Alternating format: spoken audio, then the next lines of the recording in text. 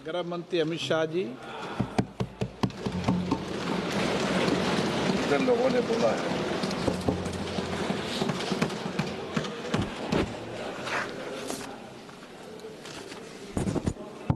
माननीय अध्यक्ष जी, सबसे पहले मैं रेड कॉरिडोर के नाम से जो पूरा क्षेत्र जाना जाता था, 12 राज्य, 70% भूभाग और 20 करोड़ की आबादी एक क्षेत्र में रहते सभी आदिवासी भाइयों बहनों की ओर से आपका धन्यवाद करना चाहता हूं कि आपने इस चर्चा का आज यहां पर हमें परमिशन दिया है। माननीय अध्यक्ष जी, वो सालों से चाहते थे कि इनका दर्द, इनकी वेदना, इनकी परेशानी, नक्सलियों द्वारा किया गया उनको अन्याय और उनके भविष्य को अंधेरे में घेरने वाली ये पूरी व्यवस्था एक बार देश की सबसे बड़ी पंचायत हमारी संसद में उजागर हो और पूरी दुनिया उसको जाने। मगर लंबे समय तक इसको मौका नहीं दिया गया और मुझे इस बात का भी बहुत खुशी है कि देश और हम सब के लिए बहुत महत्वपूर्ण एक घटनाक्रम जो 1970 से लेकर 2026 तक चला,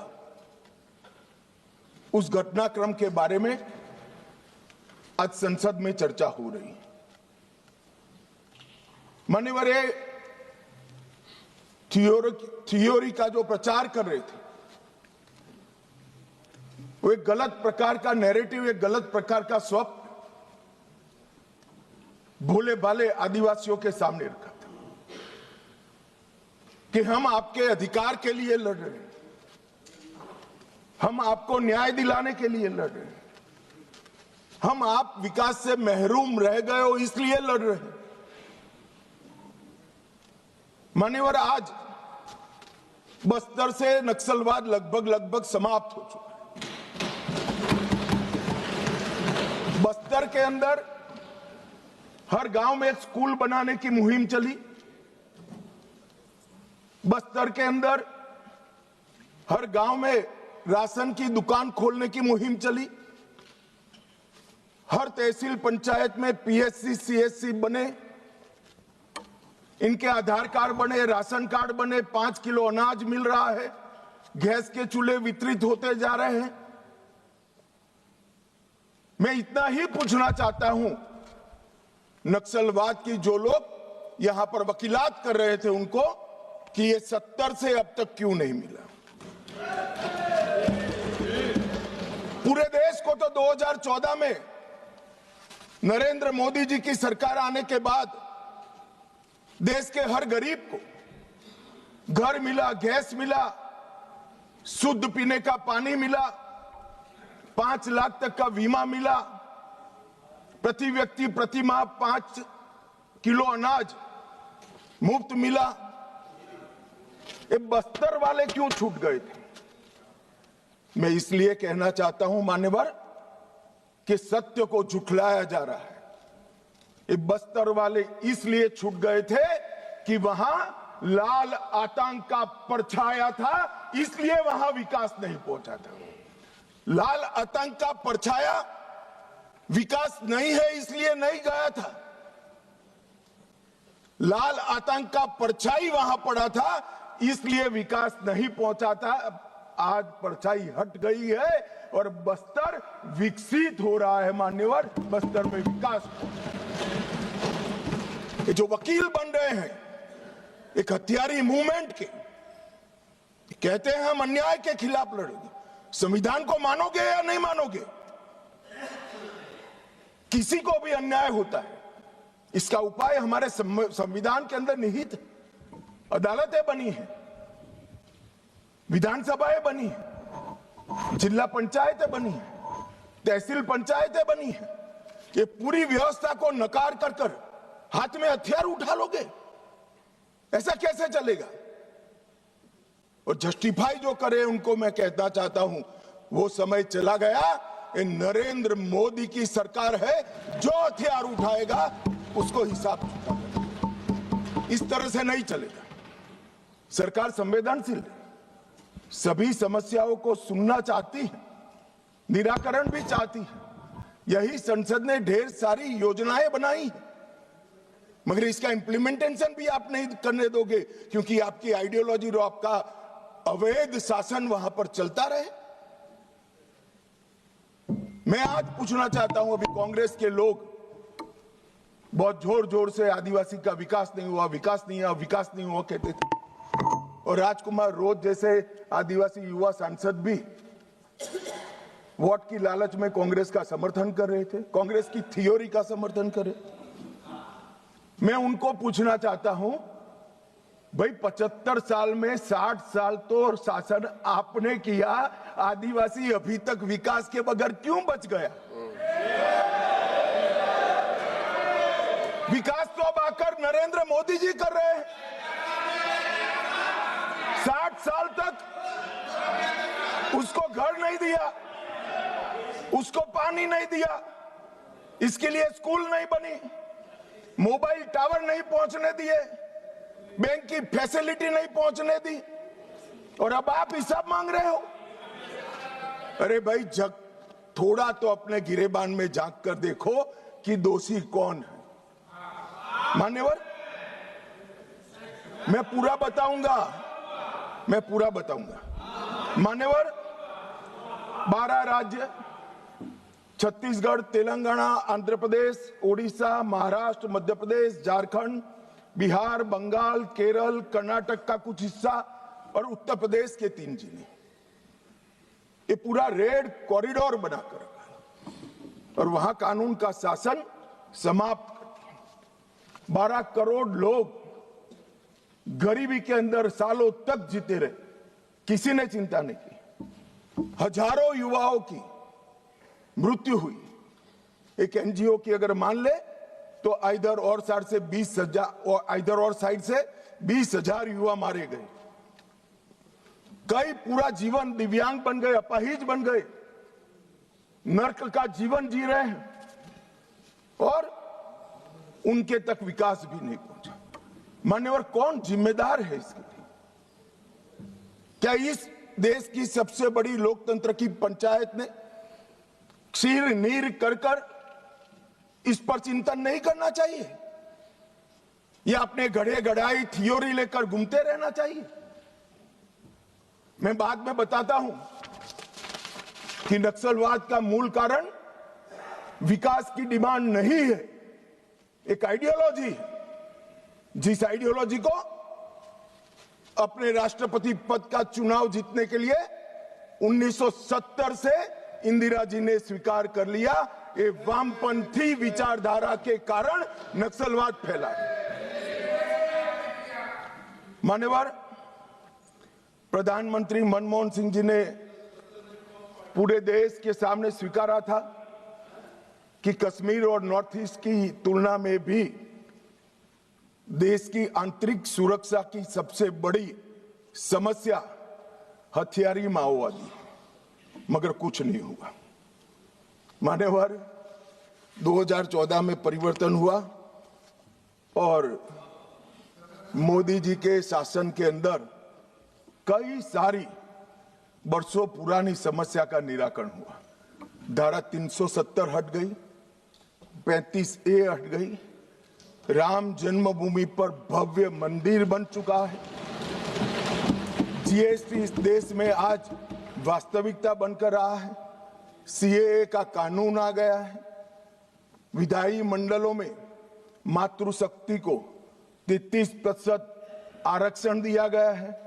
कई सारे बड़े काम जो आजादी के वक्त से इस देश की जनता चाहती थी कि कभी न कभी हो, वो सारे काम नरेंद्र मोदी जी के 12 साल में हुए और अब ये नक्सलवाद से मुक्त भारत की रचना भी नरेंद्र मोदी जी के शासन के अंदर ही हो रही है।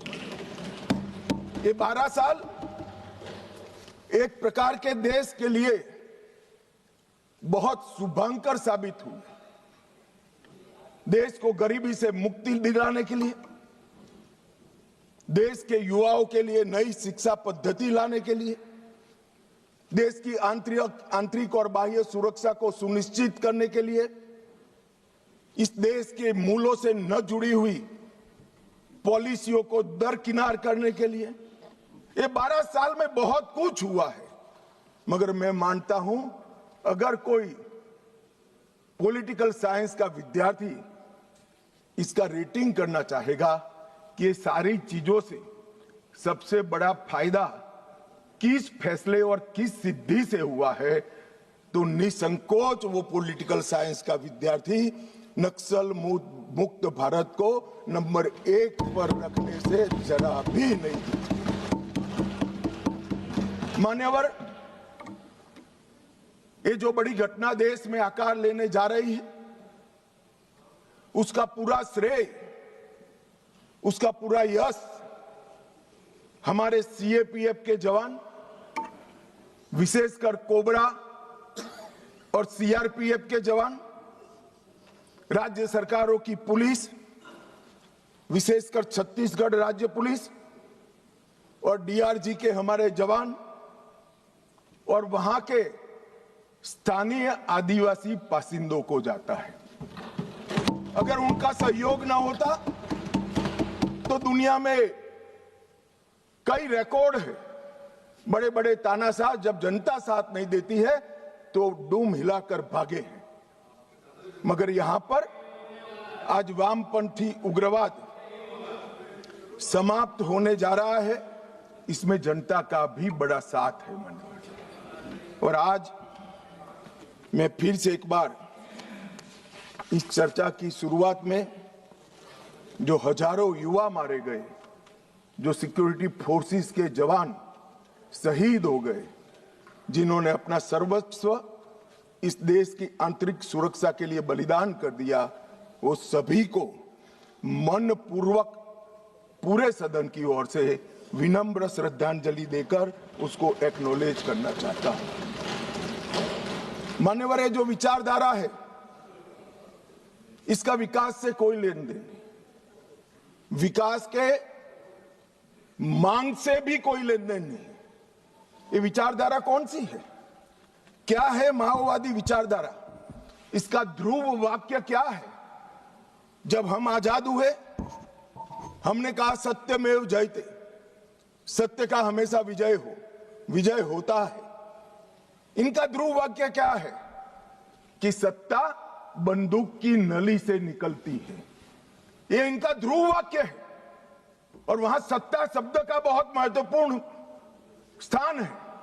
ये विकास के लिए नहीं है, अपने आइडियोलॉजी के अस्तित्व के लिए है, अपने आइडियोलॉजी के विजय के लिए है। और आइडियोलॉजी को भोले भाले आदिवासियों में स्प्रेड कर सत्ता हासिल करने के लिए। यहां कोई विकास की बात नहीं है, इनका लोकतंत्र पर कोई विश्वास नहीं है।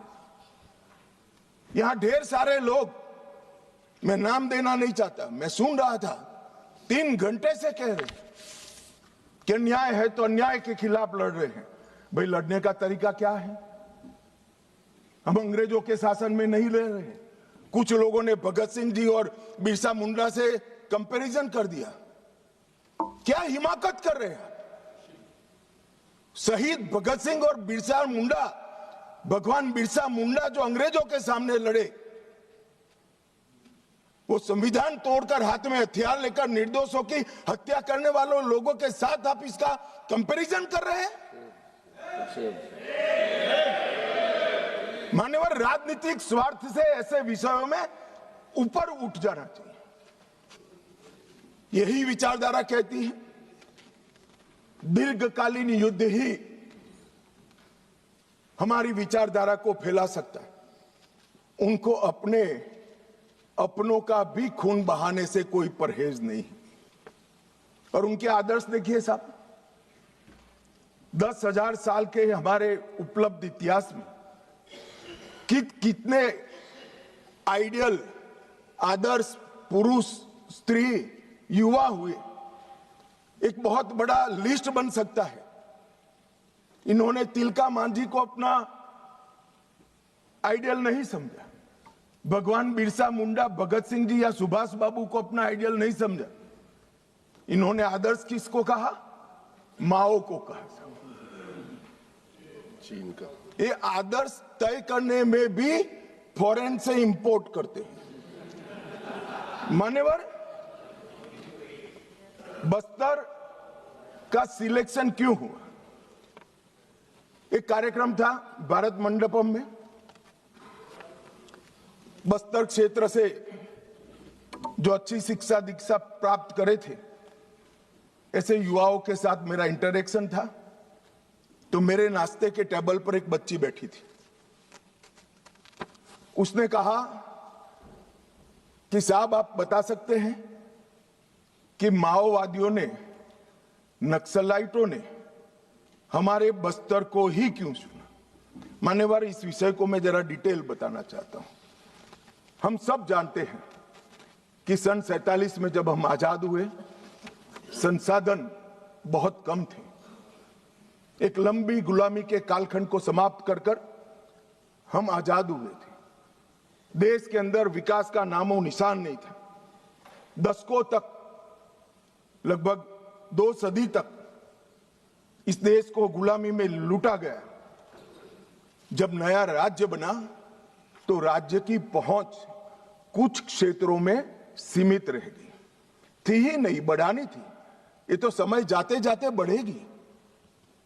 और मान्यवर, क्योंकि संसाधन कम थे, रेवेन्यू कम थी, तो विकास भी परकोलेट होते होते हर क्षेत्र में एक साथ नहीं पहुंचता है। अगर रोड बनाना है तो पूरे देश के एक साथ नहीं होते। अगर बिजली पहुंचानी है तो पूरे देश में एक साथ नहीं पहुंच सकती। तो दूर दराज के क्षेत्रों तक स्टेट की पहुंच की कैपेसिटी सीमित, वहां पर विकास नहीं पहुंचा था। राज्य का इकबाल, स्टेट का इकबाल वहां बुलंद नहीं हुआ था। अब ये कह रहे कि अत्याचार के खिलाफ, भाई अगर स्टेट पहुंचा ही नहीं था, सुनियोजित भेदभाव का वातावरण ही नहीं था, तो वहां अत्याचार कैसे हो गए? मान्यवर, एक कहानी गढ़ी जा रही है। सच्चाई ये है कि इन्होंने पूरे रेड कॉरिडोर को इसलिए चुना था क्योंकि वहां स्टेट की पहुंच कम थी। इसलिए भोले भाले आदिवासियों को बरगलाकर इनके हाथ में हथियारें पकड़ाई। मैं कुछ दृश्य बाद में आपको बताऊंगा। मुझे एक बात समझ में नहीं आई। 15 अगस्त 1947 के पहले इस देश का ट्राइबल बिरसा मुंडा, तिलका मांझी, रानी दुर्गावती, मुर्मू बंधुओं को हीरो मानकर चलता था। वो आदिवासी 47 से 70 आते आते माओ को अपना हीरो मानने लगा। ये परिवर्तन क्यों हुआ? मान्यवर, ये परिवर्तन विकास और अन्याय के कारण नहीं हुआ, क्योंकि कठिन भूगोल के कारण और स्टेट की अनुपस्थिति के कारण अपनी विचारधारा को फैलाने के लिए वामपंथियों ने क्षेत्र को चुना और भोले भाले आदिवासियों उन्होंने बरगलाना चालू किया, अपनी विचारधारा का अनुयायी बनाया। और थोड़ा आगे बढ़ने के बाद उनको लगा यहां तो अच्छा काम हो सकता है भाई, मगर ये पढ़ लिख जाएंगे तो हमारे साथ नहीं रहेंगे। स्कूलें जला दी, इनके बैंक अकाउंट खुल जाएंगे तो हमारे साथ नहीं रहेंगे। बैंकें जला दी, दवाखाने जला दिए और फिर कहे यहां विकास नहीं पहुंचा है। विकास को तो वामपंथी उग्रवादियों ने वो क्षेत्र में सालों तक नहीं पहुंचने दिया, जो अब नरेंद्र मोदी के शासन में वहां पहुंच रहा है, घर घर जा रहा है। गरीबी के कारण नक्सलवाद नहीं फैला, बल्कि नक्सलवाद के कारण इस पूरे क्षेत्र में सालों तक गरीबी रही। मान्यवर, मैं इसको और अच्छे तरीके से सदन के सामने रखना चाहता हूं। नक्सलवाद की जड़ें गरीबी और विकास से जुड़ी हुई नहीं है मान्यवर, वो वैचारिक है। मैं आज 60s के 4 क्षेत्र पढ़ना चाहता हूं। एक, नक्सलबाड़ी साक्षरता का दर 35% था। बस्तर साक्षरता का दर 23% था। सहरसा बिहार जो नक्सलवाद से कभी प्रभावित नहीं हुआ, साक्षरता का दर 33% था। और बलिया यूपी का नक्सलवाद से सटा हुआ, सोनभद्र से सटा हुआ जिला, वहां पर भी साक्षरता का दर 31% है। तो चारों स्थानों पर साक्षरता का दर कमोबेश समान था। प्रति व्यक्ति आय नक्सलबाड़ी में 500 रुपया थी, सबसे ज्यादा थी चारों क्षेत्र में। बस्तर में 190 रुपया थी, सहरसा में 299 रुपया थी और बलिया में 374 रुपया थी। तो प्रति व्यक्ति आय भी चारों क्षेत्र में एक समान थी, मगर नक्सलवाड़ी और बस्तर में वामपंथी उग्रवाद पनपा और सहरसा और बलिया में नहीं, क्योंकि सहरसा और बलिया की भूगोल उनके अनुकूल नहीं थी। वहां घने जंगल नहीं थे, नदी नाले, छुपने की पहाड़ियां नहीं थी। हथियार लेकर अपनी मूवमेंट करने का, आदिवासियों को दबाने का, उनको जबरदस्ती अपनी आइडियोलॉजी के साथ जोड़ने की वहां पर अनुकूलता नहीं थी। अगर विकासी पैमाना होता, अगर प्रति व्यक्ति आय ही पैमाना होता, तो देश के बहुत सारे हिस्से ऐसे थे जहां 70 में विकास नहीं पहुंचा था। वहां क्यों नक्सलवाद नहीं हुआ? और मान्यवर, आज तो मैं इस सदन में ये विचार को सिरे से खारिज कर रहा हूं। हम लोकतंत्र में हैं, हमने इस देश के संविधान को स्वीकार किया है। संविधान के माध्यम से ही आज इस महान सदन के हम सदस्य हैं। अन्याय किसी को भी हो सकता है, अन्याय किसी को भी हो सकता है, विकास कहीं पर भी कम ज्यादा हो सकता है। हम संवैधानिक रास्तों से हमारी लड़ाई लड़ेंगे या हाथ में हथियार लेकर निर्दोषों को मार डालेंगे?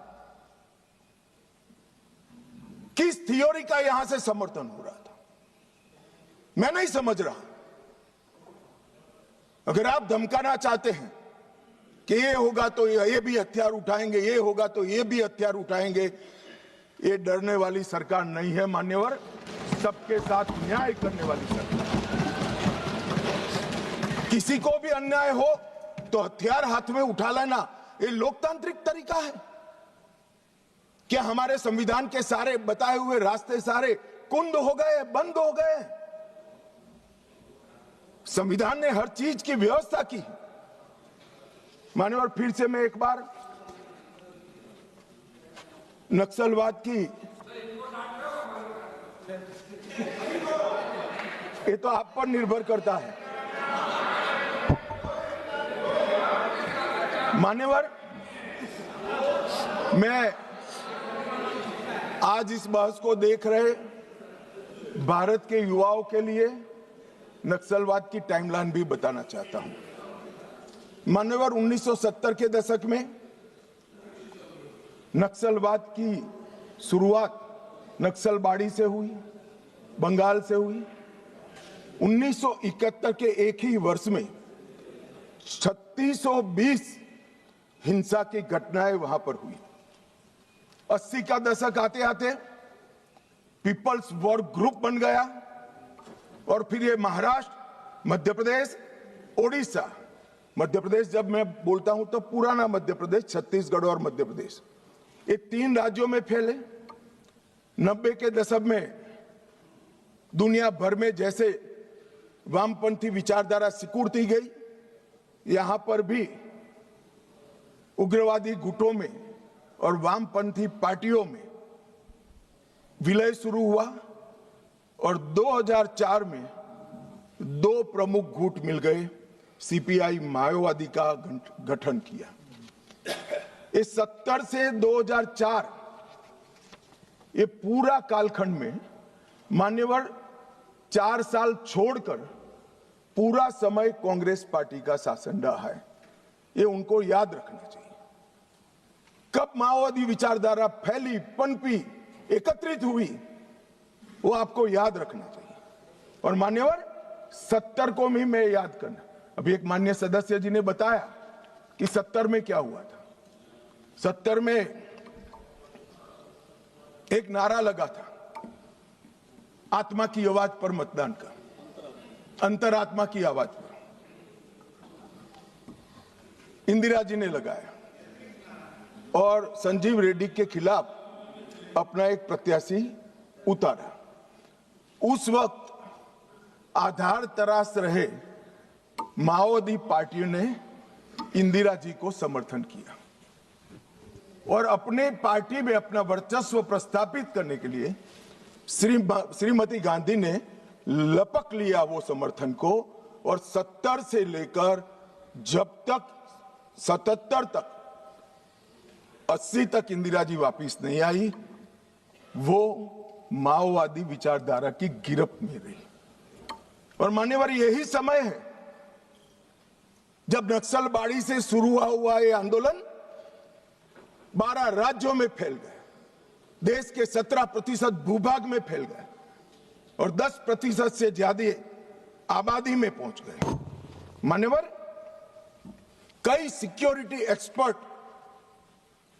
ऐसा कहते थे कि सत्ता के समर्थन के बगैर किसी भी हथियारी मूवमेंट का देश के दिल में बीचों बीच तिरुपति से लेकर पशुपतिनाथ तक ये रेड कॉरिडोर संभव ही नहीं। अभी पूछ रहे थे राजकुमार कि कहां से हथियार आए। मैं उनको बताना चाहता हूं, जो हथियार पकड़े गए हैं उसमें से 92% हथियार पुलिस के लूटे हुए हथियार हैं। थाने लूट लिए, गोलियां लूट ली और उसका उपयोग निर्दोष जवानों को, बच्चों को, कृषकों को मारने के लिए किया है। मान्यवर ये एक भ्रांति के तरह वामपंथी विचारधारा ने इसको प्रोपेगेंडा के माध्यम से फैला है, अपनी विचारधारा को टिकाने के लिए फैला है कि अन्याय से बचने के लिए हथियार हाथ में उठाए। मगर मैं फिर से एक बार पूछना चाहता हूं, राज्य शासन और संविधान की वैधता को किसी भी अन्याय के अवेज में चुनौती दी जा सकती है क्या? अन्याय के खिलाफ लड़ने का हमारे संविधान ने रास्ता बनाया है, इसीलिए राजकुमार रोत यहां बैठे हैं, चुनाव लड़े इसलिए यहां बैठे हैं, वरना वो भी सरेंडर की लिस्ट में होते अगर हथियार लिया होता तो आपने। हाँ, इसीलिए कहता हूं यही रास्ता है। हमने आज जिस व्यवस्था के निर्मूलन की मैं बात कर रहा हूं मान्यवर, वो लोकतंत्र की जड़ों पर वार कर रही है। लोकतंत्र का मूल सिद्धांत है किसी भी समस्या का समाधान बहस से निकल सकता है, हथियारों से नहीं निकल सकता। और मान्यवर इन्होंने इस देश में वैक्यूम खड़ा करने का प्रयास किया, स्टेट का वैक्यूम, सारी व्यवस्थाएं नष्ट कर गवर्नेंस का वैक्यूम, संविधान पर से श्रद्धा खत्म कर संविधान का वैक्यूम और पुलिस थानों को जलाकर सिक्योरिटी का वैक्यूम खड़ा करने का प्रयास किया है। मैं आज इस मंच से देश की जनता को ये बताने आया हूं कि माओवादी हिंसा करने वालों के, नक्सलिज्म की हिंसा करने वालों का दिन लद गया है। अब सरकार ये लंबा समय नहीं चलेगी। और कई देशों में हुआ है, कंबोडिया, पेरू, कोलंबिया, कई देशों के इतिहास इससे भरे पड़े हैं। भयानक रक्तपात हुआ है।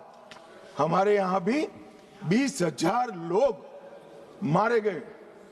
मान्यवर ये एक वैचारिक लड़ाई।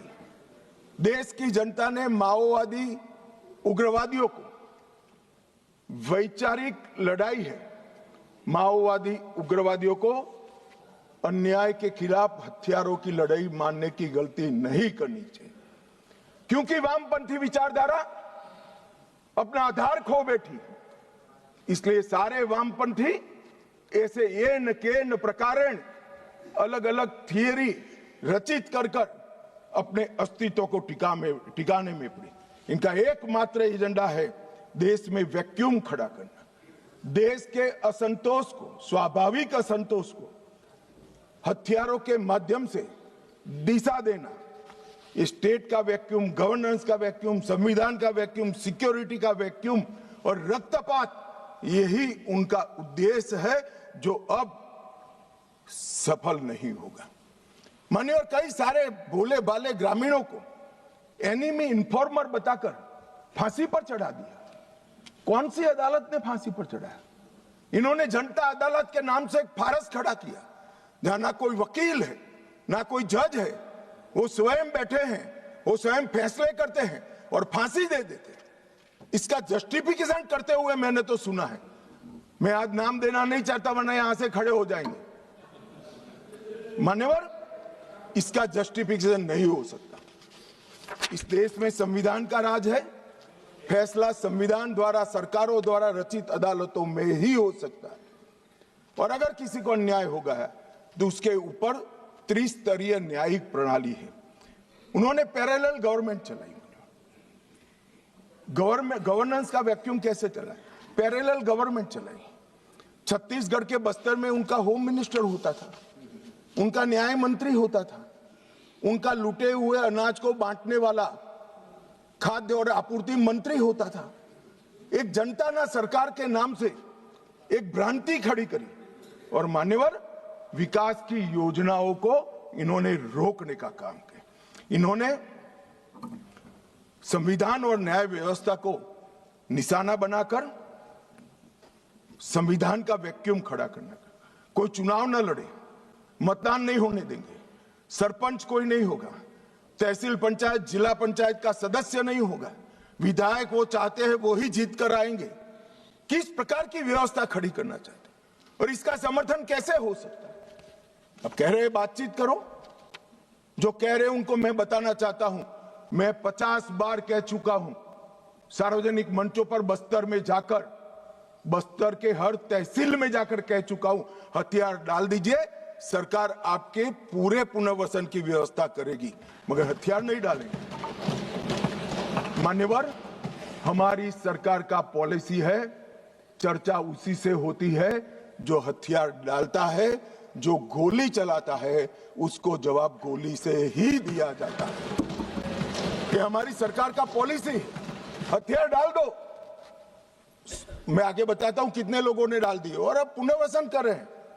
और मान्यवर, इसका नतीजा यह है कि 70 से 26 तक यहां ये चलता रहा। कई ऐसे हमले हुए, जहानाबाद का हमला, 1000 आर्म्स नक्सलियों ने सीआरपीएफ के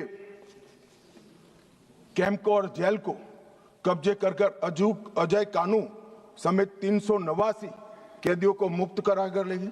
आंध्र ओडिशा सीमा पर दर्जनों स्कूलों और इंफ्रास्ट्रक्चर की सुनियोजित विनाश किया। हर ठेके में 20% का जनता ना टैक्स डालते रहे। मान्यवर, 70 ट्रकों में झारखंड में एक साथ आग लगा दी, 11 बोगियों में मालगाड़ी में एक साथ आग लगा दी और वार्षिक वसूली उनकी जनता ना टैक्स की, इनके ही सेक्रेटरी का जो कंप्यूटर मिला है इसके हवाले से कह रहा हूं, 240 करोड़ रुपया थी। मान्यवर, 240 करोड़ रुपया। और इसको कैसे जस्टिफाई कर सकते, किस तरह से जस्टिफाई करते? मान्यवर, मैं आज ये नक्सलवाद मूल कहां से आया, परंतु हमारे देश के लिए वो किसी भी प्रकार से ऐसी स्थिति ही नहीं थी कि जहां इस प्रकार के साम्यवादी विचारधारा, लेफ्टिस्ट विचारधारा का पनपना हो पाए। मान्यवर, मैं 1905 से 1924 रूस में साम्यवादियों ने क्रांति करी। 1914 के युद्ध में रूस की आर्थिक हालत बहुत बिगड़ गई और वहां पर भूख, महंगाई, अव्यवस्था, और 1905 में खूनी रविवार की घटना ने जनता का विश्वास शासन के प्रति तोड़ दिया और उसने 17 की क्रांति की नींव तैयार की। और मान्यवर मजबूर होकर निकोलस द्वितीय ने गादी छोड़ दी। वहां पर एक वैक्यूम खड़ा हुआ और वैक्यूम को भरने के लिए वहां पर लेनिन की अध्यक्षता में साम्यवादी सरकार आई। इसी तरह से चीन में एक अव्यवस्था खड़ी हुई। करोड़ों किसानों गरीबी और भूखमरी से जीवन जी रहे थे और 1921 में कम्युनिस्ट चीनी पार्टी की स्थापना हुई। माओ उनके नेता बने। कम्युनिस्टों और कुओमिंटांग के बीच में, जो वहां के सो कॉल्ड राष्ट्रवादी थे, राजा के वफादार थे, इनके बीच में युद्ध हुआ और 34-35 में एक लॉन्ग मार्च हुई और मान्यवर एक पीपल्स रिपब्लिक ऑफ चाइना की स्थापना 1939 में हुई। अब ये 1939 और 1925 वो दो महत्वपूर्ण घटनाएं हैं। इसका हमारे देश में क्या असर हुआ है समझिए साहब। जैसे ही रशिया में साम्यवादियों की सरकार का गठन हुआ, यहां पर 1925 में सीपीआई की स्थापना हुई, कम्युनिस्ट पार्टी ऑफ इंडिया। अब ये जो समर्थक है उनको मैं पूछना चाहता हूं, रशिया में कम्युनिस्टों की सरकार बनी, उसी वक्त यहां सीपीआई बना, सीपीआई की स्थापना हुई, इसके बीच में कोई रिलेशनशिप है क्या? ये सोचने की बात है। रशिया की सरकार ने स्पॉन्सर कर दुनिया भर में कम्युनिस्ट पार्टी की रचना की। इसका एक हिस्सा हमारे यहां बना हुआ। अब जिस पार्टी की नींव ही किसी दूसरे देश की प्रेरणा से गई है, वो हमारे देश का भला कैसे सोचेंगे? इन्होंने तो अंग्रेजों का भी समर्थन किया था। 1964 में कम्युनिस्ट पार्टी मार्क्सिस्ट बनी। यह भी समझने जैसा है कि सीपीआईएम क्यों बना। मान्यवर 64 में 1969 में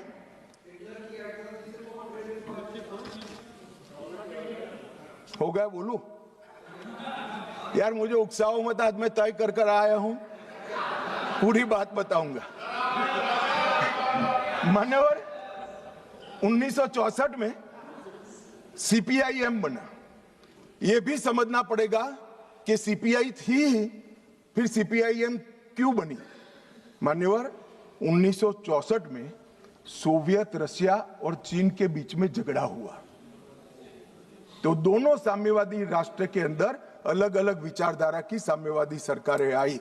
जैसे अलग अलग विचारधारा की आई, तो यहां पर चीन की भी एक समर्थित पार्टी सीपीआई मार्क्सिस्ट खोल दी, जो अभी बोल रहे थे, अपने अमराराम जी बोल रहे थे।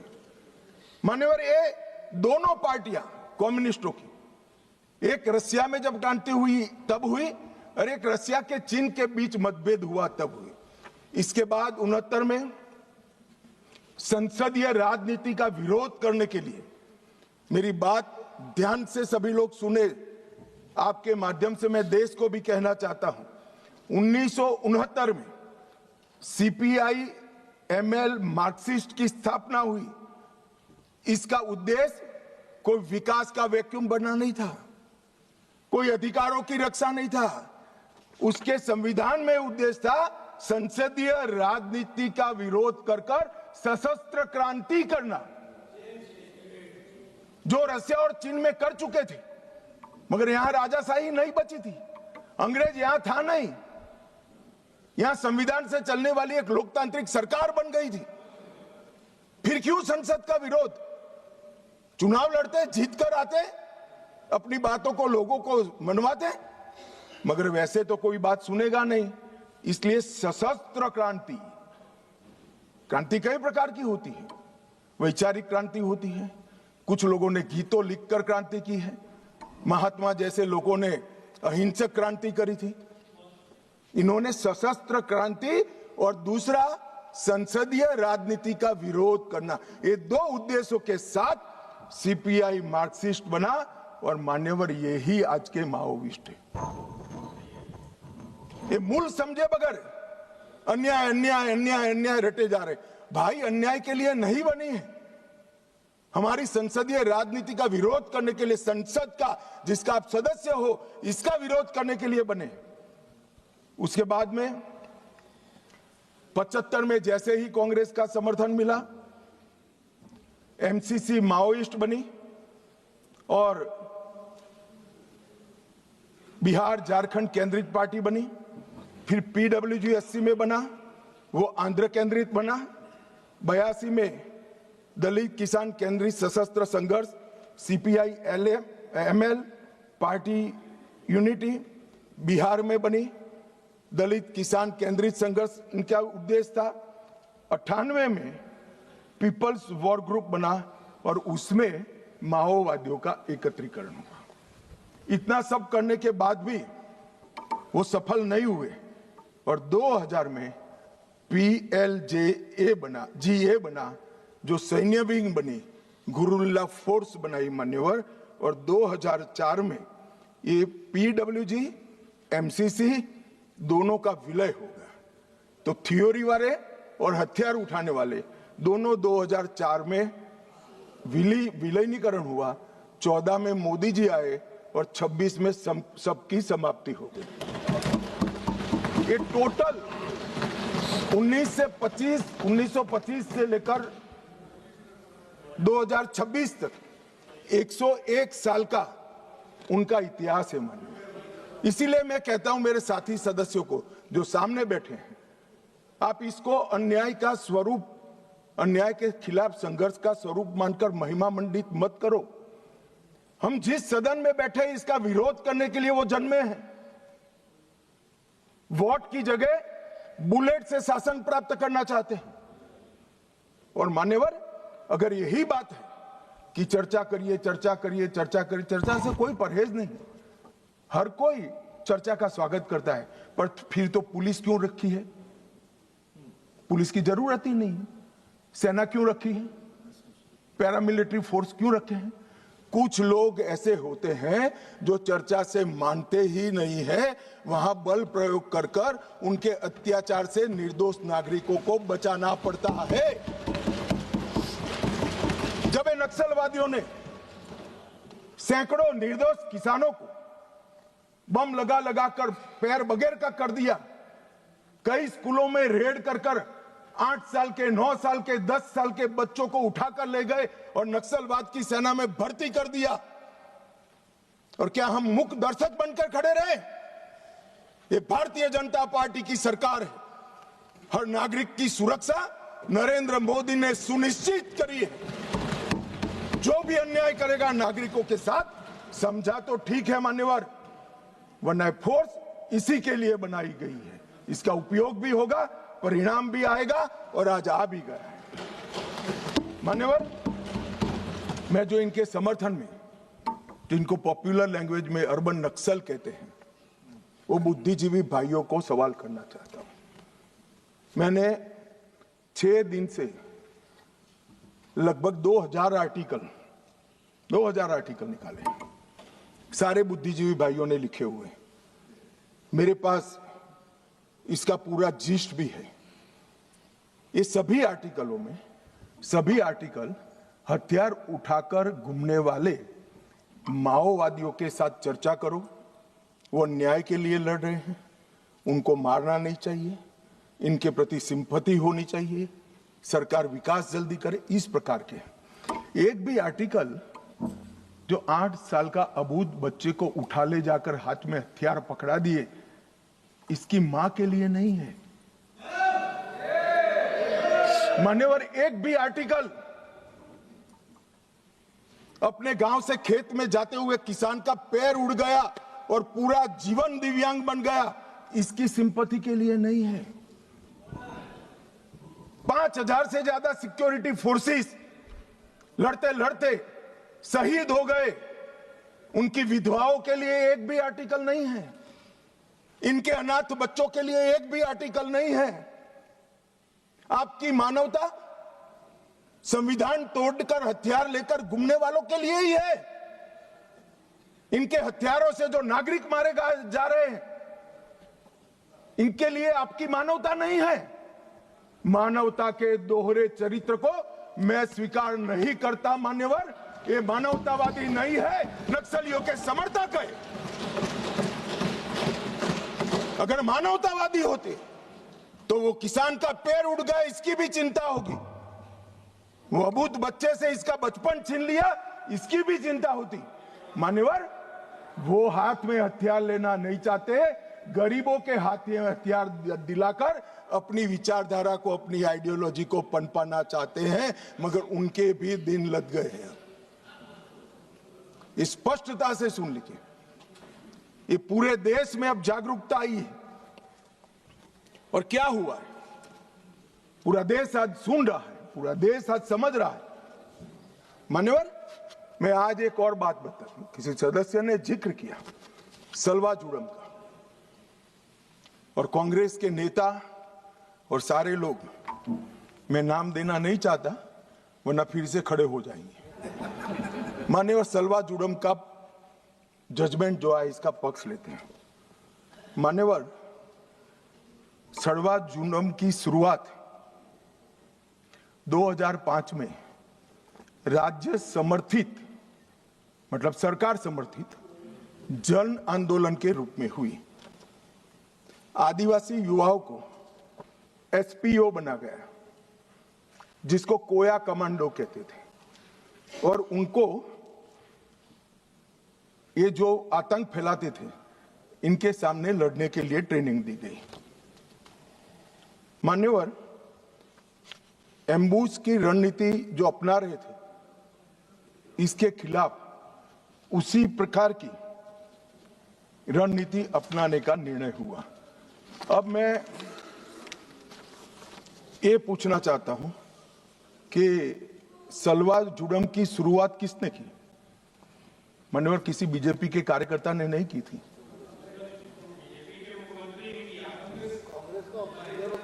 श्रीमान कर्मा ने किया था, जिनको नक्सलियों ने मौत के घाट उतार दिया, और वो कांग्रेस के नेता थे।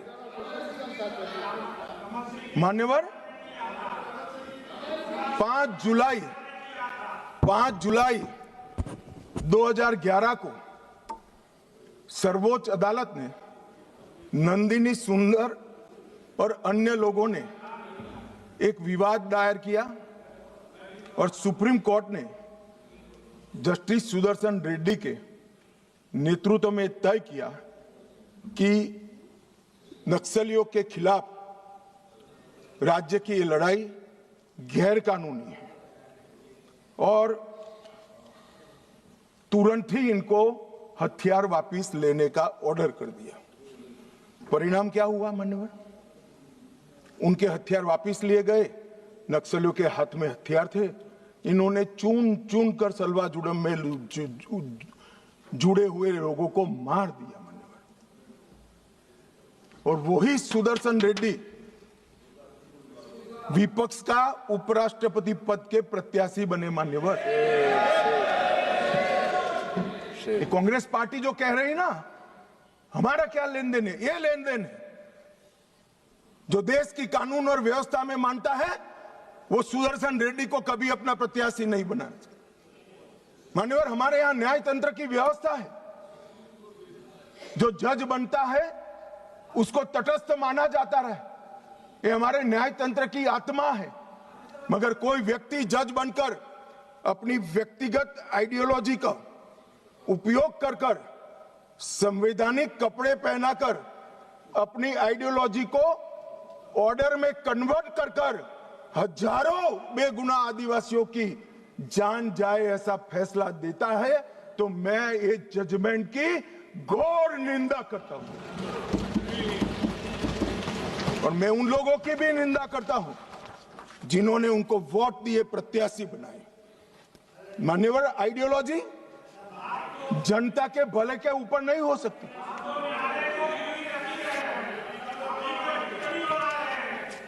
मान्यवर, आइडियोलॉजी कभी अबूझ आदिवासियों की सुरक्षा के ऊपर नहीं हो सकती। आइडियोलॉजी जनता के भले से ऊपर नहीं हो सकती।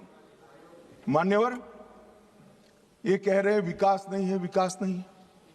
2014 के पहले का मैं बोलूंगा तो फिर से हो हल्ला करेंगे, मगर 14 के बाद का तो बोलने का मुझे अधिकार है मान्यवर, क्योंकि हमारी पार्टी की सरकार है, हमारे नेता के नेतृत्व में, नरेंद्र मोदी जी के नेतृत्व में सरकार चल रही है मान्यवर। 2014 के बाद ये पूरे क्षेत्र में 17,589 किलोमीटर सड़कें बनाने का मंजूरी दिया है, जिसमें 12,000 किलोमीटर सड़कें बन चुकी हैं। ये विकास की बात करें, वो इसलिए हो रहा है कि धीरे धीरे धीरे नक्सलवाद समाप्त हो रहा है, वरना वहां सड़कें नहीं होती थी। आईडी गाड़ देते थे, ट्रकों को जला देते थे, और लगभग 20,000 करोड़ रुपया खर्च हो चुका है। 20,000 करोड़ रुपया। मोबाइल टावर लगभग 5,000 मोबाइल टावर 6,000 करोड़ के खर्चे से हम लगा चुके हैं मान्यवर। वहां पर दूरसंचार पहुंचेगा तो ये दुनिया के साथ जुड़ेंगे, देश के साथ जुड़ेंगे, विकसित भारत के साथ जुड़ेंगे मान्यवर। 2 अन्य योजनाओं में और 8,000 4G टावर बनाने का हुक्म नरेंद्र मोदी जी ने किया है। बाद में दिल्ली जितनी ही कनेक्टिविटी छत्तीसगढ़, महाराष्ट्र और तेलंगाना के आदिवासी क्षेत्र में होगी। मान्यवर, 1804 बैंक शाखाएं 12 साल में खुली, 1321 एटीएम खुले हैं, 37,850 बैंकिंग कॉरेस्पोंडेंस बनाए गए और 6,025 डाकघर खुले। ये सिर्फ 12 साल में हुआ है, आगे कुछ नहीं हुआ। चर्चाएं करी, विकास माओवादियों ने होने नहीं दिया। हमने माओवादियों के साथ चर्चा नहीं करी, उनको समाप्त किया और विकास को आगे बढ़ाया। 259 एकलव्य आदर्श विद्यालय हमने बनाए मान्यवर। इसके साथ साथ 46 ITI, 49 SDC skill development centre बनाए, 16 कौशल विकास केंद्र बनाए और लगभग इस सब में 800 करोड़ रुपया का और खर्चा ये 12 साल में हमने किया है। जगदलपुर छत्तीसगढ़ में जहां CSC PSC नहीं थे, वहां पर 240 बिस्तरों का सुपर स्पेशलिटी अस्पताल हमने बनाया। सिविक प्रोग्राम में 212 करोड़ के कार्य किए, जो स्वास्थ्य शिविर और दवाओं के जुड़े हुए हैं, और जनजातीय युवा एक्सचेंज के कार्यक्रम भी हमने बनाए। सिक्योरिटी के लिए, राज्यों की सहायता के लिए SRE लेकर आए, 10 साल में 3,000 करोड़ दिया। स्पेशल इंफ्रास्ट्रक्चर स्कीम लेकर आए और 5,000 करोड़ दिया। एक्सटेंडेड SIS योजना लेकर आए और 2,000 करोड़ दिया, और 4,000 करोड़ केंद्रीय निधि द्वारा क्रिटिकल पब्लिक इंफ्रास्ट्रक्चर, जैसे पानी की छोटे पानी की टंकी है, जोड़ने वाली पुलियां हैं, गांव के अंदर पंचायत घर बनाना है, इसके लिए 4,000 करोड़ रुपया दिया। मान्यवर, ये क्यों हो पाया और 70 से अब तक क्यों नहीं हुआ था? कांग्रेस पार्टी करना नहीं चाहती थी, ऐसा नहीं है। करने जाते थे वो धमाके कर मार देते थे। हमने धमाके करने वालों को समाप्त किया, तो ये विकास अब हो रहा है और विकसित बस्तर की रचना मान्यवर हो रही है। मान्यवर, अब मैं आ रहा हूं हथियारी माओवादियों के खिलाफ जो हमारे पैरामिलिट्री फोर्सेस ने जो अभियान चलाया, उस पर आ रहा हूं। 2014 के बाद क्या बदला मान्यवर? CAPF तो वही है, स्टेट पुलिस भी वही है। 2014 के बाद क्लियर पॉलिसी और स्ट्रांग पॉलिटिकल विल इस काम में जुड़ी। नरेंद्र मोदी जी ने ये स्पष्ट कर दिया, इस देश के किसी भी कोने में, चाहे कश्मीर हो, चाहे उत्तर पूर्व हो, चाहे वामपंथी उग्रवादी विस्तार हो, गैर कानूनी प्रवृत्ति नहीं चलेगी। इस पर कठोर हाथों से काम सेंटर और स्टेट के बीच में अलाइनमेंट हुआ। स्टेट की कैपेसिटी में गवर्नमेंट, गवर्नेंस और पुलिसिंग तीनों में हमने सुधार किया।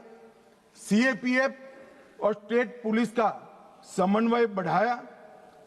एक्शनेबल इंटेलिजेंस को नीचे तक परकोलेट करने की व्यवस्था की और जिम्मेदारियां भी स्पष्ट कर दी। मान्यवर, ऑल एजेंसी अप्रोच शुरू किया। सिर्फ हथियार नहीं, एनआईए, ईडी, इंटेलिजेंस एजेंसी, ये सभी नेटवर्क, फंडिंग और सपोर्ट सिस्टम, ये सभी पर हमने प्रहार किया। इफेक्टिव सरेंडर पॉलिसी लेकर आए, बाद में मैं आंकड़ा बताता हूं। डेवलपमेंट और गवर्नेंस में हमने कोई वैक्यूम नहीं छोड़ा और अब पहले जहां राज्य की उपस्थिति नहीं थी, स्टेट नहीं था, वहां आज राज्य की उपस्थिति है। और नक्सलवाद के हार का सबसे बड़ा कारण ये है कि राज्य अब हर गांव में पहुंच चुका है, वहां पंचायत बन चुकी है। मान्यवर, विकास के लिए हमने होल ऑफ गवर्नमेंट अप्रोच लिया और सुरक्षा नकेल कसने के लिए होल ऑफ एजेंसी अप्रोच लिया। मान्यवर, तीन चीजें आज मैं देश के सामने, तीन तिथियां जरूर बताना चाहता हूं। 20 अगस्त, 24 अगस्त 2024, 20 अगस्त 2019 और कल 31 मार्च 2026। 20 अगस्त को गृह मंत्रालय में एक मीटिंग हुई और ये जो पूरा मोदी जी ने विकास का काम तो पहले से ही चालू कर दिया। ये पूरा पुलिस कोऑर्डिनेशन का काम, मॉडर्नाइजेशन का काम, रिटायर्ड नक्सलियों को पुलिस फोर्स में लेने का काम, इनके कोऑर्डिनेशन का काम, खुफिया एजेंसी के साथ, ये सब 20 अगस्त को डिजाइन करेंगे। तो फिर इतनी देर क्यों लगी? बैठ जाओ, मैं बताता हूं पैसा का भी। मान्यवर, देर क्यों लगी? क्योंकि बीच में छत्तीसगढ़ में कांग्रेस की सरकार थी। मैं आज रिकॉर्ड पर यह कहना चाहता हूं, बिहार 24 के पहले नक्सल मुक्त हो चुका था। महाराष्ट्र एक तहसील छोड़कर 24 के पहले नक्सल मुक्त हो। ओडिशा 24 के पहले नक्सल मुक्त हो चुका था। झारखंड एक जिला छोड़कर 24 के पहले नक्सल मुक्त हो चुका था। सिर्फ छत्तीसगढ़ नहीं हुआ था क्योंकि वहां कांग्रेस की सरकार थी। मुझे कहने में कोई संकोच नहीं है, क्योंकि सत्य बोलते हुए कहीं पर कोई भी स्थान का विचार नहीं करना चाहिए। सत्य बोलने के लिए ही होता है। छत्तीसगढ़ कांग्रेस की सरकार ने नक्सलवादियों को बचा कर रखा था। और मान्यवर, यहां दूसरी तारीख आती है 24 अगस्त 2024। 2024 की शुरुआत में हाँ, एलिगेशन ही है, एलिगेशन है। हाँ, एलिगेशन, समर्थन करना है। एक मान्यवर, मैं किसी व्यक्ति के सामने नहीं कर रहा हूं, मुझे रूल्स न समझाएं। और व्यक्ति के सामने करना है तो भूपेश बागल को पूछो, प्रूफ रजू करूं क्या यहां पर? हाँ बोले तो बोलो, वरना फंस जाओगे। मान्यवर, जनवरी 2024 में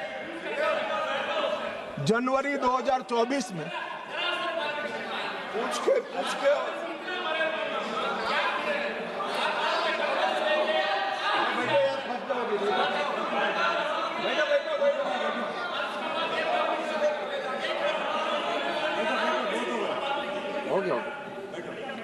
मान्यवर, 2024 में छत्तीसगढ़ में सरकार बदली। उसके दूसरे ही महीने मैं वहां गया था। भाजपा की सरकार ने पूरा समर्थन का भरोसा दिया साझा रणनीति बनी और 24 अगस्त 2024 को मैंने घोषित किया था कि 21 मार्च 2026 को ये नक्सलवाद पूरे देश से हम समाप्त करें। और उसके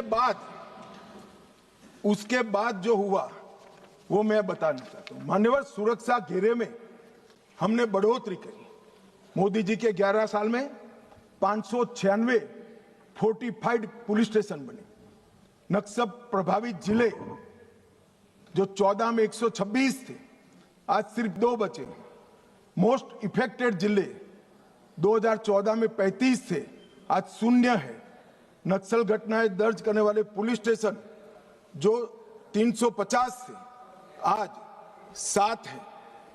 कैंप पिछले 6 साल में 406 नए सीएपीएफ के कैंप बनाए, 68 नाइट लैंडिंग हेलीपैड बनाए, 400 बुलेट प्रूफ ब्लास्ट प्रूफ गाड़ियां हमारे जवानों को दी गई, 5 अस्पताल हमारे जवानों के लिए बनाए गए और कम्युनिकेशन की सारी व्यवस्था चुस्त दुरुस्त कर दी गई।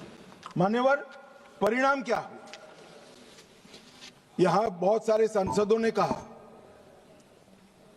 कि मारना नहीं चाहिए, वार्ता करनी चाहिए। मैं आंकड़े उनके लिए पढ़ रहा हूं।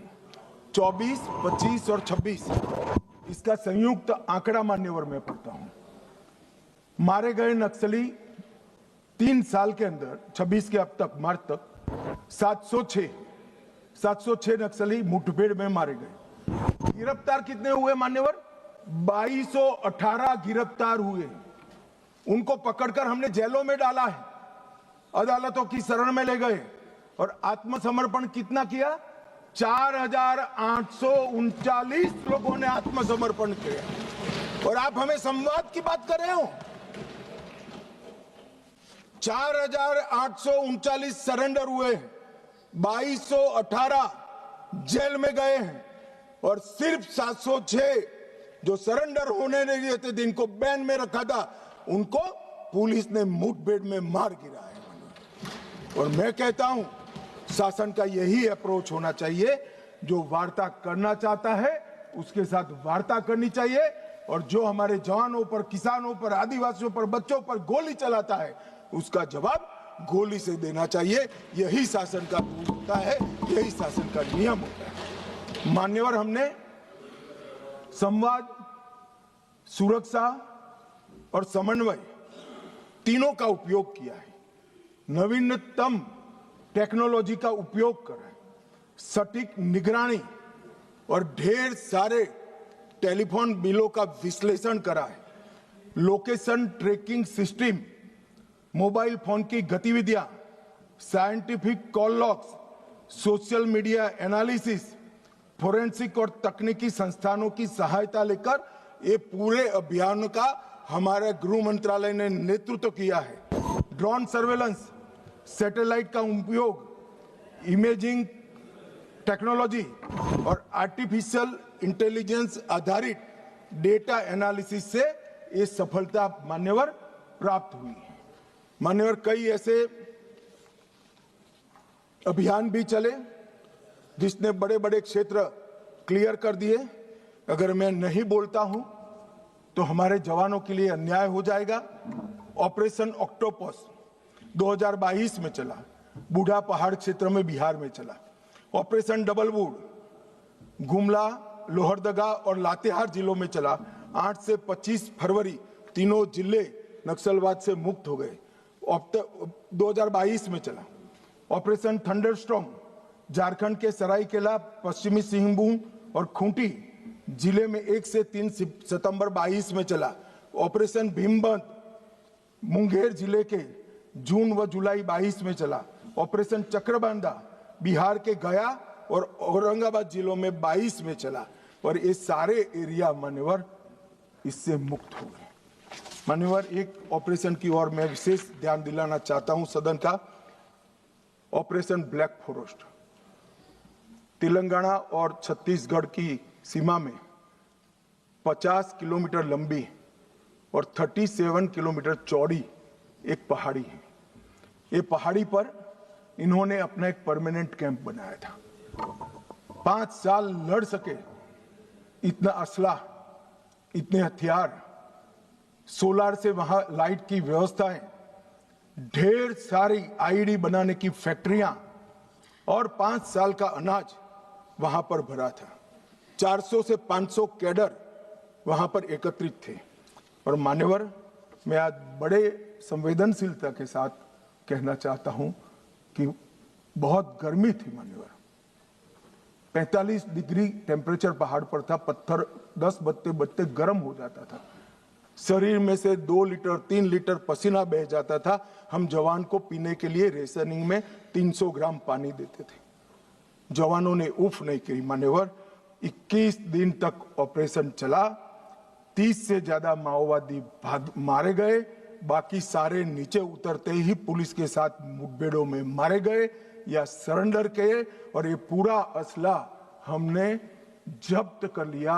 इसी ने महाराष्ट्र, छत्तीसगढ़ मतलब बस्तर और तेलंगाना में माओवादी आंदोलन का अंत किया। मैं आज भी बड़ी विनम्रता के साथ और बड़े भाव के साथ सीए बोलता, सुनिए ना, आगे सुनिए ना। वही मान्यवर, बड़ी विनम्रता के साथ और बड़ी संवेदनशीलता के साथ कोबरा, सीआरपीएफ, डीआरजी और छत्तीसगढ़ पुलिस को मन पूर्वक इस सदन में सैल्यूट करना चाहता हूं मान्यवर। इन्होंने अमानवीय धैर्य का उपयोग कर इनके किले को तोड़ा है। वैसे ये कह रहे हैं ग्रेहाम का भी रोल है, मगर हमें तेलंगाना सरकार ने ऊपर आने से ना बोल दी थी कि हम ऊपर नहीं आएंगे, ये नीचे आएंगे तो हम इनको रोकेंगे। इसके लिए धन्यवाद। जो नीचे आए इसको रोका है, ऊपर नहीं आए मान्यवर।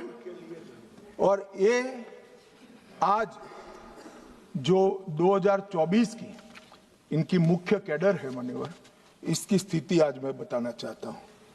सेंट्रल कमेटी मेंबर और पोलिट ब्यूरो मेंबर 2024 की शुरुआत में कुल 21 थे।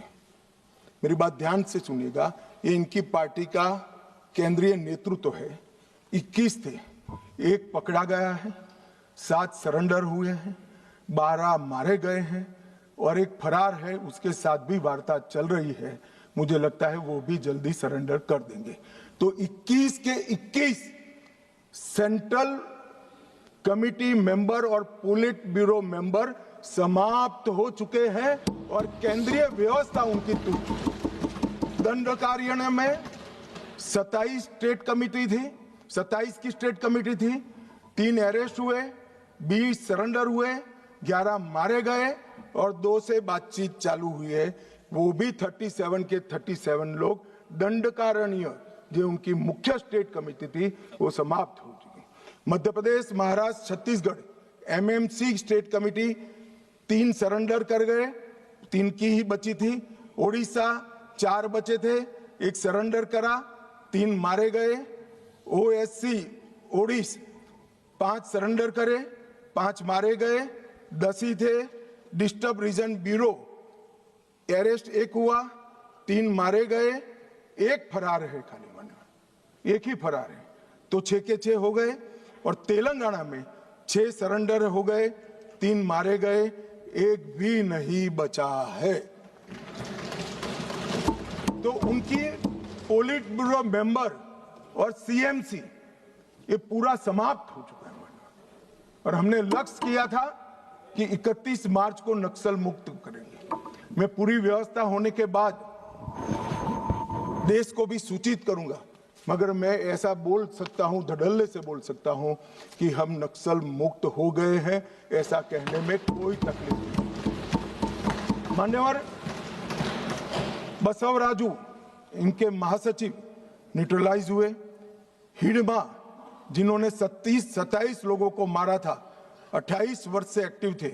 बसवराजू जी 49 वर्ष से एक्टिव थे। विवेक 40 वर्ष से एक्टिव था, न्यूट्रलाइज हुआ। गजरल्ला रवि 11 वर्ष से एक्टिव थे, न्यूट्रलाइज हुए। कादरी कदारी सत्यनारायण रेड्डी 46 वर्ष से एक्टिव थे, न्यूट्रलाइज हुए। गणेश उइके 44 वर्ष से एक्टिव थे, न्यूट्रलाइज हुए। वेणुगोपाल आत्मसमर्पण किया, 46 वर्ष से एक्टिव थे। वासुदेव आत्मसमर्पण किया, 36 वर्ष से एक्टिव थे। पल्लूरी प्रसाद राव चंदना 46 वर्ष से एक्टिव थे, आत्मसमर्पण किया।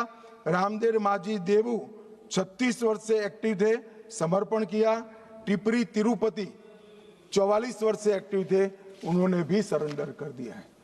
मान्यवर, मुख्य हथियारी माओवादी समाप्त हो चुके हैं। मान्यवर, हमने एकदम ल्यूकरेटिव पुनर्वसन पॉलिसी को भी अपनाया है। मान्यवर, आत्मसमर्पण की प्रोत्साहन राशि 50,000 घोषित की गई है। सामूहिक सरेंडर पर दुगना कर देते हैं। मोबाइल सबको सरकार की ओर से देते हैं।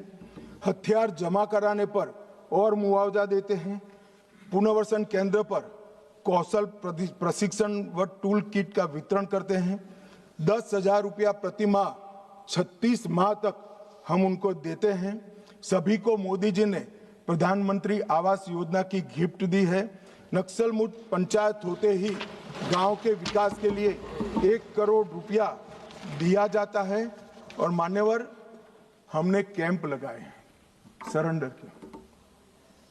मैं आज इस सदन को बड़े संवेदनशीलता के साथ बताना चाहता हूं, मैं गया हूं वो कैंपों में। मान्यवर, कई सारी स्वयंसेवी संस्थाएं वो कैंप में सालों तक हथियार लेकर घूमने वाले नक्सलियों को सामान्य मानवीय नागरिक बनाने का प्रयास करें। वहां जाते हैं साहब, आंख में आंसू हो जाए ऐसे दृश्य खड़े होते हैं। किसी नक्सली बच्ची को नेल पॉलिश देते हैं तो लगाते लगाते रो पड़ती है। इसके ट्यूटर उसको पूछते हैं, क्यों रो रही हो? कि पहली बार मैंने जीवन में नेल पॉलिश लगाया है, 7 साल की थी, ये मुझे उठा ले गए, तब से पैंट शर्ट और बूट में घूम रही हूं, मैंने जीवन को कभी देखा नहीं। मान्यवर, लिपस्टिक लगाते लगाते वो रो पड़ते, मेहंदी हाथ में लगती है, उनकी खुशी का कोई ठिकाना नहीं रहता। वहां पर बस्तर में मान्यवर साप्ताहिक बाजार लगते हैं, उनके माँ बाप को मिलने के लिए ले जाते हैं। खुद तो माँ बाप के आशीर्वाद लेते हैं और नए जीवन की आशीर्वाद मांगते हैं। कुछ लोग माँ बाप को पीटने लगते हैं, क्यों दे दिया हमने नक्सलियों को, हमारा जीवन बर्बाद कर दिया। 25-25, 30-30 साल तक न पढ़े न लिखे, निरक्षर रहे, खाना नहीं मिला, पशुओं की तरह दौड़ते रहे, ना रात देखा ना दिन देखा, पूरा जीवन इनका तबाह हो गया। और जिसको भी ये नक्सलवादी हिंसा अन्याय का सामना लगती है, मेरे सबसे करबद्ध निवेदन है, एक कैंप में जाकर 2 रात बिताइए, आपको मालूम पड़ेगा ये नक्सलवादियों ने क्या किया। और यहां बैठकर फैशनेबल तरीके से इनका पक्ष लेना, कि इनकी सुनो, इनसे चर्चा करो, बहुत सरल है किसी के पास जवाब? ये 15,000 बच्चों का जीवन बर्बाद कर दिए, कौन जिम्मेदार है किसी के पास जवाब? क्या सारे बुद्धिजीवी अर्बन नक्सल जाकर देखिए कैंप में आपने क्या किया है। आप तो इसी चैम्बर में बैठकर कोर्ट के प्रोटेक्शन के अंदर आर्टिकल लिखते रहते हैं, वहां जीवन के जीवन उजड़ गए हैं और किसी को परवाह नहीं है। अपने आप को ह्यूमन राइट का चैंपियन मानते हैं। मैं पूछना चाहता हूं, 32 साल की आयु तक मेहंदी न लगाने वाली बच्ची के ह्यूमन राइट का कौन चिंता करेगा? मान्यवर, उसकी चिंता नरेंद्र मोदी करेंगे और कोई। इनका अधिकार जो छीन लिया है, इसका हिसाब कभी न कभी देना पड़ेगा। मैं तो जन्म से हिंदू हूं मान्यवर, कर्मों में मानता हूं। जिन्होंने भी शब्द से भी प्रचिन्न समर्थन नक्सलाइटियों का किया है, वो सब इस पाप के इतने ही भागीदार है जितना बंदूक लेकर घूमे। मान्यवर, इनकी नौकरी और रोजगार के लिए हमने ढेर सारे प्रयास किए हैं। मान्यवर, कौशल केंद्र बनाए हैं, 12वां इनके बच्चों के लिए 12वीं तक की मुफ्त शिक्षा करी है। महिलाओं को 2 लाख का और पुरुषों को 5 लाख का ऋण की व्यवस्था है। वहां बस्तर ओलंपिक और बस्तर पंडुम, इसके माध्यम से संस्कृति और खेल का हम बढ़ावा कर रहे हैं और वहां पर अब 1,20,000 कलाकारों ने बस्तर पंडुम में भागीदारी ली और 5,50,000 आदिवासी खेल खेले। मेरा तो विपक्ष के सभी उन सदस्यों से विनती है कि जो इसको न्याय की लड़ाई कहते हैं वो बस्तर पंडुम और बस्तर ओलंपिक में जाएं। मान्यवर, मेरे घर पर जिनके पैर उड़ गए, हाथ कट गए, आंख चली गई, ऐसे लोग आए थे, नाश्ता किए थे। मैं जानता हूं उनकी वेदना। राष्ट्रपति जी ने भी उनको बुलाया था। कभी 1 घंटा तो उनके लिए निकालो भाई। इन पर जुर्म डालने वाले के लिए भाषण करने के लिए आपके पास बहुत समय है। वो जुर्म का परिणाम देखने के लिए 1 घंटा निकालिए, ऐसा मेरा निवेदन है। मान्यवर, आज मैं यहां पर अंत में 2070 से नक्सली आतंक क्यों चला इसके तय में भी जाना चाहता हूं। मान्यवर, जब मनमोहन सिंह की सरकार बनी तब एक NSC बनी थी, नेशनल एडवाइजरी काउंसिल। PM की काउंसिल ऑफ मिनिस्टर तो हमने सुनी थी, पार्लियामेंट में बहस के दरमियान सदस्य एडवाइस दे वो भी सुना था। एक नई national advisory council, extra constitutional forum खड़ा किया गया जो देश के कानून बनाता था। इस फोरम में कौन था मान्यवर? सोनिया जी इसकी अध्यक्ष थी, हर्ष मंदर इसके सदस्य थे। उनके NGO अमन वेदिका में शीर्ष नक्सली नेता की पत्नी को जिम्मेदारी दी गई थी और रिकॉर्ड है कि वह उन नक्सलियों में शामिल थी जिन्होंने अपहरण के केस अर्बन एरिया में किए थे। और मान्यवर, NSC देश का नीति निर्धारण करती थी। रामदयाल मुंडा वो कहते थे नक्सल ऑपरेशन जरूरत से ज्यादा कठोर है। ये प्रच्छिन्न समर्थन ने ही नक्सलियों की हिम्मत बढ़ाई। Shabnam Hashmi, Ram Punaniya, Usha Ramanathan, NC Saxena, Jean Dreze, Farah Naqvi और मान्यवर एक विनायक सेन, वो 2010 में अदालत द्वारा दोषी पाए गए, फिर भी प्लानिंग कमीशन की हेल्थ स्टीयरिंग कमेटी और ऐसे महत्वपूर्ण पदों पर उनको रखा गया। और जयराम रमेश ने एक महेश राउत को, जो नक्सली था, उसकी रिहाई के लिए तत्कालीन कांग्रेस के मुख्यमंत्री को पत्र लिखा था। और मान्यवर, ये नंदिनी सुंदर, रामचंद्र गुहा, EAS शर्मा, ये सारे लोग सलवा जुडम के केस के साथ भी जुड़े थे। मान्यवर, जब देश के सर्वोच्च सत्ता के केंद्र सरकार की एक एक्स्ट्रा कॉन्स्टिट्यूशनल अथॉरिटी जो PM के भी ऊपर थी, इसके सदस्य अगर नक्सलवाद के समर्थक हो तो आप मुझे बताइए मान्यवर, किस तरह से नक्सलियों का हौसला टूटेगा? कैसे टूटेगा? और एक कांग्रेस पार्टी ने किया था। ये भाग नहीं सकते मान्यवर, ये तो इतिहास है। और जो लोगों को विरोध है मेरी बात की, कल आने वाले दिनों में सैकड़ों पुस्तकें लिखी जाएगी जो आपके कारनामों से भरी हुई होगी। कैसे भागोगे? लोकतंत्र के अंदर किसी का आवाज दबाया नहीं जाता। मान्यवर, 2011 में मनमोहन सिंह जी ने prime minister rural development fellowship launch किया। मान्यवर, उनका काम युवाओं को एक्सपोजर देना था। इसमें एक महेश राउत फेलो बने, जो महाराष्ट्र पुलिस के नक्सलियों के साथ संबंध के चलते महाराष्ट्र पुलिस के केस में जेल में गए। अब प्राइम मिनिस्टर ऑफिस ने की हुई prime minister rural development fellowship जब लॉन्च हुई तो उसका एक बेनिफिशियरी नक्सलवादी है, तो नक्सलवादियों के हौसले भला कैसे टूटेंगे। मान्यवर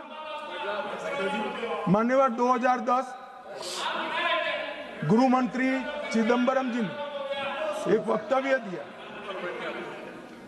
चितलनार छत्तीसगढ़ में एक साथ 76 जवानों को मार दिया। उसके बाद जेएनयू, जिसका अभी अमरा राम जी महिमा मंडन करते थे, जेएनयू वो यूनिवर्सिटी में उत्सव मनाया, वहां एक नृत्य किया कि 76 पुलिस के जवान मारे गए और नृत्य में जमीन पर भारत का तिरंगा बिछाकर पैर के नीचे रख कर नृत्य किया।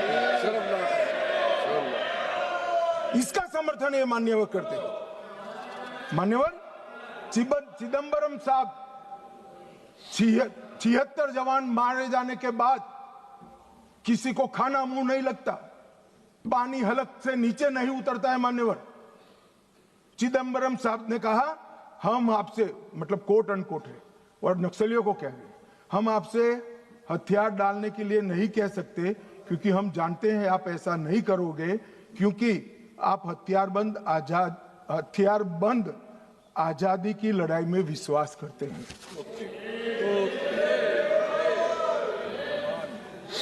मान्यवर किस प्रकार से देश चला है